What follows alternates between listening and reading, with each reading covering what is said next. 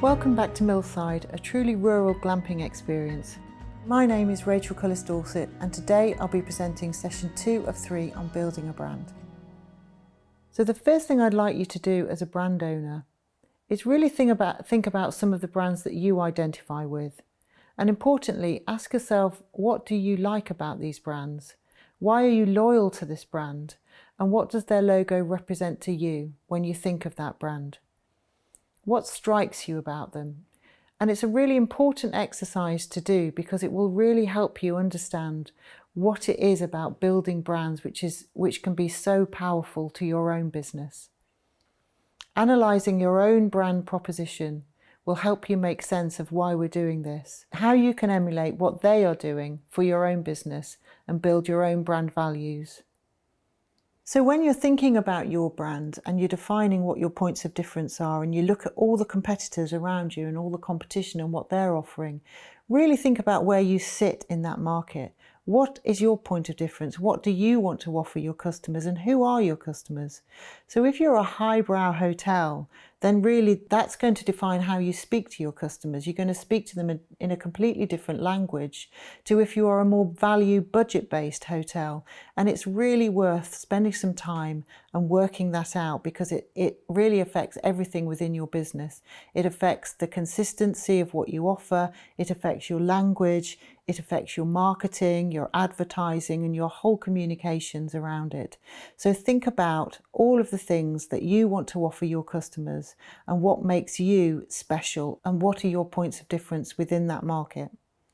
So building a brand is about understanding who you are as a business.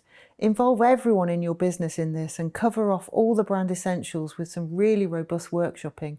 It will really help you define who you are and, importantly, who you want to be from a company culture perspective, an image perspective, and a personality perspective.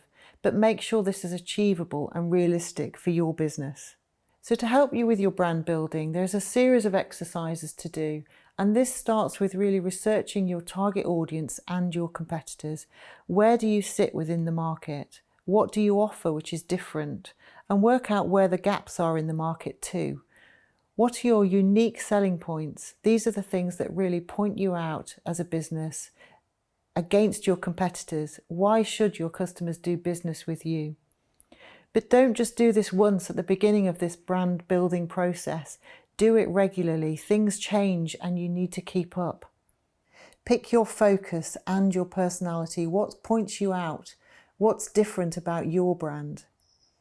Choose the look of your brand and apply your brand across the whole of your business.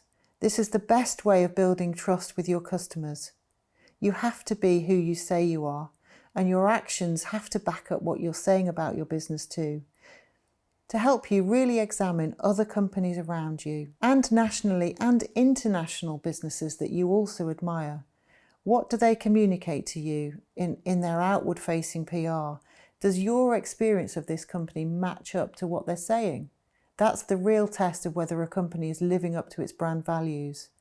It's one thing saying it, but if that isn't being played out in everything you do, then it isn't working and your customers just won't believe it. So your actions are really important as a company in backing up these brand values. So consistency within your brand and whatever you want your brand to be and to have defined your brand as is really, really important.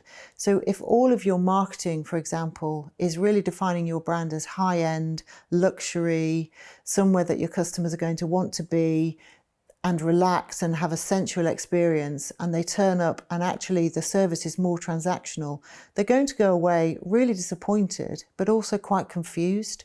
So it's really worth thinking about what your brand represents and making sure that that's consistent across your whole business, from all of your staff on the floor to all of your staff behind the scenes, and everything you have within your rooms, and the whole experience has to be consistent with what your brand represents. So imagery is really important as well when we're talking about brand consistency. So for example, if you're a family hotel, but all of your imagery portrays couples, you're not going to attract that family market and there's going to be some confusion with your brand. So it's really important that your imagery and all of your marketing material reflects who you are as a brand and who you want to attract to your business and who your core market is. So that's the end of session 2 of 3 on building a brand. I hope you found the session interesting and useful.